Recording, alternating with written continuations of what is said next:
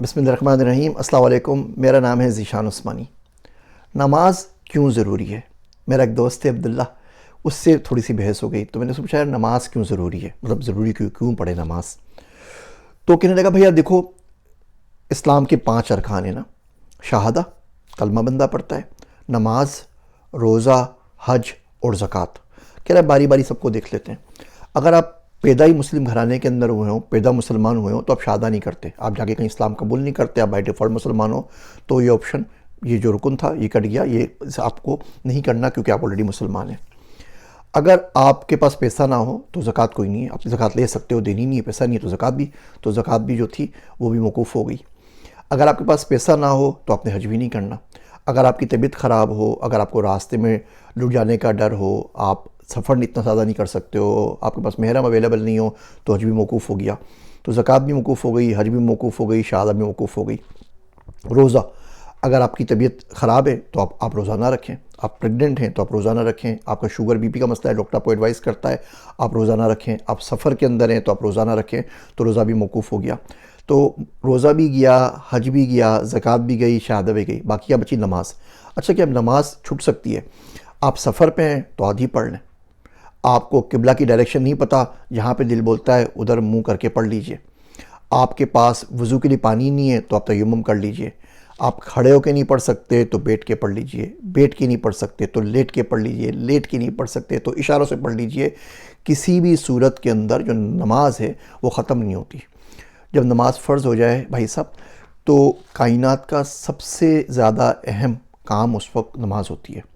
وہ prime minister کی meeting نہیں ہوتی، وہ جی ایچ کیو کی کال نہیں ہوتی، وہ جنگیں نہیں ہوتی، وہ کوئی سیلیبریشن نہیں ہوتی کسی بھی چیز کی، وہ بیوی بچے نہیں ہوتے، وہ فلم نہیں ہوتی، کچھ نہیں ہوتا، بھیا نماز پڑھ لیں۔ اللہ سبحانہ و تعالیٰ نے انسان کو اس لیے بنایا ہے کہ وہ اس کی عبادت کرے۔ اور نماز کے اندر جب ہم جاتے ہیں، بات کرتے ہیں، 5 وقت ملاقات کرتے ہیں تو بات بھی ہو جاتی ہے، عبادت بھی ہو جاتی ہے۔ جب آپ کو کسی سے محبت ہونا تو بڑا بندہ انتظار کرتا ہے کہ یار اس کی ملاقات کا وقت آئے، بندہ اس سے بات چیت کرے، کچھ اپنی سنائے، کچھ اس کی سنے، کچھ نہ کچھ کتھارسس کرے، اپنا دل کا مدعا بیان کرے، کچھ وینٹ آؤٹ کرے۔ تو نماز سے اچھی اس کے لیے کوئی طریقہ نہیں ہے۔ اگر اللہ نے ہمیں بنایا ہوتا کہ بھئی تمہیں اس لیے پیدا کیا ہے کہ تم نہ گھاس کاٹو، یہ پرپز ہے، تم گھاس کاٹ رہے ہوتے، یا روڈوں کی صفائی کرو، روڈ کی صفائی کر رہے ہوتے۔ اللہ سبحانہ و تعالیٰ نے ہمیں چنا کہ ہم اس کی ورشپ کریں، اس کی عبادت کریں۔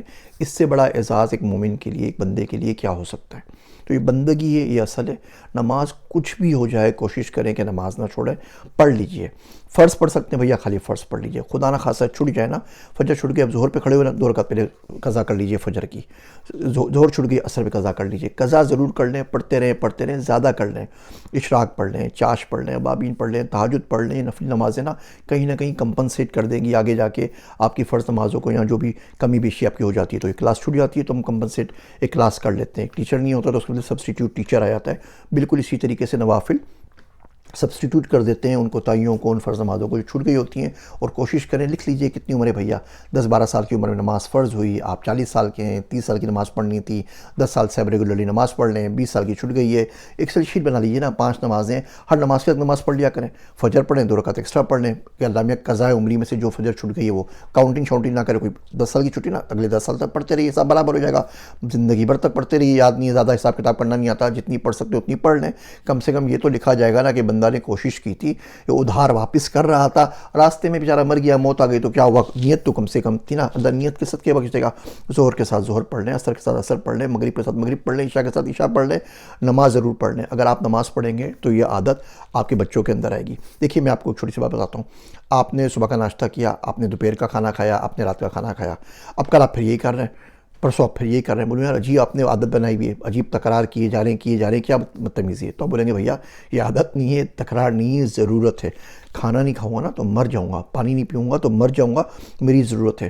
بالکل اسی طریقے سے نماز عادت نہیں ہے، یہ کوئی میکینیکل روٹین نہیں ہے، یہ کوئی تکرار نہیں ہے، یہ آپ کی ضرورت ہے، یہ آپ کے جسم کی، آپ کی روح کی ضرورت ہے۔ جس طرح جسم کو پانی چاہیے، جسم کو کھانا چاہیے، اسی طریقے سے روح کو نماز چاہیے۔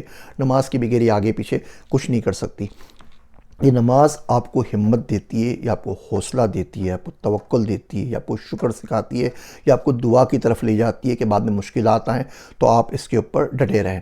مثال کے طور پہ ایک بندہ جم کے اندر ورزش کر رہا ہے، اب آپ 5 کلو وزن اٹھا سکتے ہیں، وہ 20 کلو اٹھا سکتا ہے، کل کلا ایئرپورٹ پہ جائے گا، ٹرین اسٹیشن پہ جائے گا، وہ 20 کلو اپنا بھی اٹھا لے گا، 20 کلو کسی اور کا بھی اٹھا لے گا، بیکاز اس قابل ہے وہ کہ اسے مسلس ٹرین کیے ہوئے کہ دونوں کو کر سکتا ہے۔ بالکل نماز یہی کام کرتی ہے۔ آپ 10 سال تک نماز پڑھتے رہیں، کوئی کیلیمٹی آ جائے، کوئی غم آ جائے، کسی کا انتقال ہو جائے، کوئی فائنینشیل لاس ہو جائے، گھر میں آگ لگ جائے، گاڑی میں آگ لگ جائے، کاروبار کا نقصان ہو جائے، آپ سہ لیتے ہیں، آپ کا دل نہ یہاں مطمئن ہوتا ہے، آپ کو اطمینان ہوتا ہے۔ آپ نے زندگی میں نماز ہی نہیں پڑھی ہوئی اور کوئی مسئلہ ہو جاتا ہے، بیٹی کے رشتے کا مسئلہ ہو گیا، بچے کا ایکسیڈنٹ ہو گیا، کوئی پولیس کا کیس ہو گیا، کوئی فائنینشیل نقصان ہو گیا، آپ ڈپریشن میں چلے جاتے ہیں، آپ بولتے ہیں آپ سوائے خودکشی کے کوئی راستہ نہیں بچا، آپ خودکشی بھی کر لیتے ہیں، آپ کے گھر والے پریشان ہو جاتے ہیں، آپ کے کام چھوٹ جاتے ہیں، اور لوگ بولتے ہیں یار پوری دنیا میں لوگوں کے ساتھ ہوتے ہیں، آپ کو اتنا کیوں غم لگ گیا، باقی لوگوں کو کیوں نہیں لگتا؟ وہ ٹرین ہوئے ہوتے ہیں جم میں جا کے، وہ ٹرین ہوئے ہوتے ہیں نماز پڑھ کے، آپ کا کوئی واسطہ نہیں تھا، آپ اس کے لیے ٹرین نہیں ہوئے، آپ نے اپنی روح کو بالکل لاغر اور کمزور چھوڑ دیا۔